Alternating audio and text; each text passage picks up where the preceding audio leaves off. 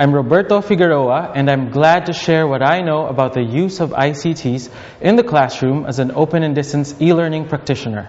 Of course, not everything that I will share will be appropriate to your context. That is why it is important for you to still evaluate each tool depending on its usefulness in your respective classrooms. So, shall we begin? Before enumerating the tools that you can use for teaching, it is essential to establish the importance or necessity of ICTs in teaching. As a decision maker, the value of using ICTs in the classroom can be influenced by myths that we hear and read about ICTs, such as, it will eventually replace us teachers, or it is a distraction as a whole rather than productive. It can also be influenced by the pressures that our supervisors put on us because it is the in thing in education nowadays. Please make sure that before we even start using them, these myths and pressures were already dealt with in our minds so that we can really start using them effectively. Here are some things that could help you. We know that currently we are experiencing globalization of economies and of information. We also know that technological innovations are rapidly increasing. We are also now living in a knowledge-based society and economy. With this, there is an escalating demand for education around the world. How do we adapt? How do we cope? We know that ICTs can help us do this. Through proper use of various ICTs, we can achieve effective learning for all, anytime, and anywhere. So now, let's look at the tools that we have used in the past. Commonly referred to as non-digital or traditional tools, these technologies are now slowly fading from educational institutions. However, some of them may still be considered useful. Typewriters and mimeographs used to be popular among those who distribute printed materials and exams to students. Educational television shows and channels are still very useful to this day. Educational radio programs can still be used by teachers as long as class and broadcast schedules are synchronized. Recorded programs can be replayed in the classroom through VHS, Betamax, and tape recorders. We used to produce a lot of transparent slides for overhead projectors. I know that there are still some institutions using this. This list is not exhaustive, but this gives you a gist of what educators heavily used before the internet and digital devices became popular. The term modern can be relative and quickly changes with time, but for now, the following can be still safely considered as modern ICT equipment. I categorize them into three. The personal access or client ICT equipment are usually used by learners and teachers to access information personally or in small groups. These devices usually act as clients, which receive information from the servers that I will be discussing later. The popular clients are the personal computer, laptops, tablet computers, phablets or phone tablets, smartphones, and sound players for audio lectures and audiobooks. If information is to be projected and shown to a large group, then the popular devices that could be used are the LED projectors, smart or interactive boards, smart TVs, and wireless projecting devices like Chromecast. Finally, storage of information that is accessed by clients for personal use or classroom access can be stored and distributed in different ways through different server strategies. It can be served locally through the client device, which could be the personal computer, laptop, or smartphone, if the application or data is small enough. The school or classroom can have its own server whose information can be accessed through wired or wireless connections. Or it could be accessed conveniently via the internet using cloud computing technologies. These include, but are not limited to, web hosts, pay-per-use servers, dedicated servers, and virtual private servers. Now, let's go to ICT software.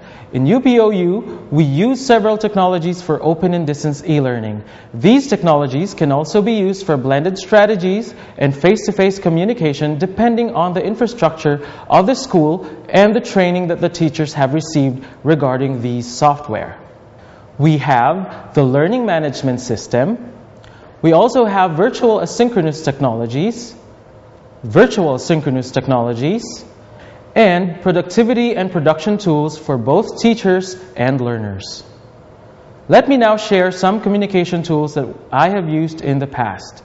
This picture on the left was a picture of myself with two students that I have just met face-to-face for the first time during their graduation ceremony. Instead of being awkward, we easily warmed up to each other and talked as if we were old friends. Why? It's because we have already been communicating for several years using ICTs. Here are some of the tools that we have used. The first is the online forum. A forum is a tool that allows for structured and threaded discussions. Teachers or students can post a note that represents a topic for academic discussion. Q&A can also be facilitated through this tool. Workshops are scheduled discussions that can allow students to review and rate the work of their classmates.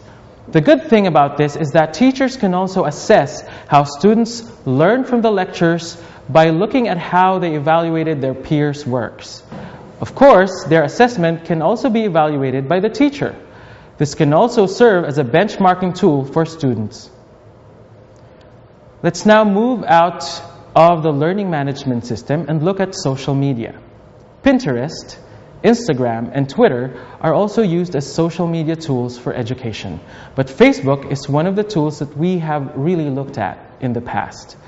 We have observed that Facebook is very usable and had high engagement from participants. However, it also suffers from noise as well as accessibility issues. As you can see, Facebook is blocked by the Great Wall of China. Of course, there could be workarounds, but this will not be convenient for students. There's also a lot of noise in Facebook. Lecture notes and academic discussions that are posted on Facebook groups could be overpowered by personal chats and memes from other learners or from friends of the learners.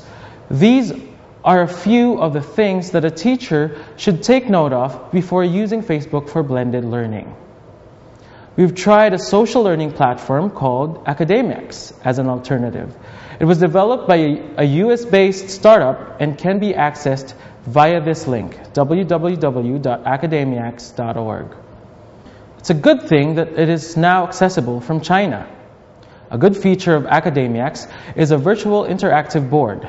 This can be used for conducting interactive lectures without having to meet students in a single physical location. However, the biggest challenge in using this tool is its buggy interface. There are features that are not yet really working, while some could not work as they were intended. Therefore, it received a very low usability score from our students. However, the developers have hopefully addressed these concerns from 2 years ago. I have not personally tried using again and just looked for alternatives. So here they are. Fortunately, someone created Piazza. Piazza is primarily a Q&A platform that could be useful as an alternative to forums. The good thing about Piazza is that it is also mobile friendly. It has its own app and it is responsive. It enables teachers to be able to respond to students' queries quickly by providing a dashboard that displays unanswered questions and urgent concerns. However, it has a slightly steep learning curve for teachers, and this was addressed by tutorial videos that were developed by its developers. I encourage you to give Piazza a try, as it also promised to be free for life, or at least as long as it is existing. For most synchronous online lectures and presentations, we can use Google Hangouts on Air. It is a free service provided by Google which allows a student or teacher to present lectures or reports online, synchronously. It currently supports 9 participants, but this can be extended to an unlimited number of viewers via its web streaming counterpart in YouTube. As shown here, the presenter screen containing PowerPoint presentations or other multimedia visual aids can be shared while the presenter is speaking. Google Hangouts on Air was found to be easy to use, though it required some studying from the organizer or presenter at first. Another good thing about it is that the presentations are recorded and stored on the presenter's YouTube channel. This means that it can be reused as a pre-recorded online lecture. For those who are interested in using it, Google has provided a video tutorial on how to use Google Hangouts on air. Those were the synchronous and asynchronous technologies that we can use for teaching and learning. Now let's talk about learning management systems. These are platforms that serve as the virtual classroom in e-learning. However, they can also serve as supplementary tools for teachers in the physical classrooms or in blended learning strategies. A learning management system, or LMS, allows teachers to upload digital materials like lecture notes, course guides, lecture videos, podcasts, and so on, and make them available for students online. The LMS also allows teachers to conduct online interactive activities like forums, chat sessions, and workshops, as well as assess how students participated in these activities. Online essays, exams, and automated quizzes can also be implemented within the LMS. There are many learning management systems available for download or could be accessed via the cloud. UPOU uses Moodle, which is a free, open-source learning management system. The good thing about this learning management system is that it has a large community of practice and that many educators have had experience in using it. All of the features that I have mentioned earlier can be found in Moodle, but might be missing in its competitors. Here is an example of a course site in my portal, UPOU's Moodle instance for its regular courses. As you can see, learning activities can be organized per week or per topic. Images, videos, and even sound files can be embedded to embellish weekly or topical posts by teachers. The massive open online courses of UPOU were also implemented using Moodle. However, before jumping into Moodle or any LMS, it will be important to deal with the following issues. Implementers should choose the right server and the right infrastructure for serving their learning management system. They should also consider the number of users that will interact in the learning management system. This will give rise to the issue of scalability. Technical support is also important when implementing a learning management system. Before launching it, a team of experts should be ready to answer questions and resolve issues raised by prospective users of this system. Finally, it is also important that the learning management system is something that can be easily used by the users. Bad user interface is one popular reason why learning platforms are considered unusable. There are alternative learning management systems that are available for free. iTunes provide free access to its LMS via iTunes University. Each course is limited to 50 participants and can only be accessed via iPhone or iPads. A trial account can be used to create a free online course via Canvas. However, the complete features of this LMS can be utilized by an institution once it has acquired the proper license. Other tools like Desire to Learn and Blackboard can be explored by schools and teachers, but they will incur significant expenses because these tools are not free. Of course, you can also try using Google Classrooms or other free learning management systems, but it's very important to investigate what you can do with it and what challenges you might encounter. There are also supporting tools that can be used for group projects and for showcasing the learning outcomes achieved by students.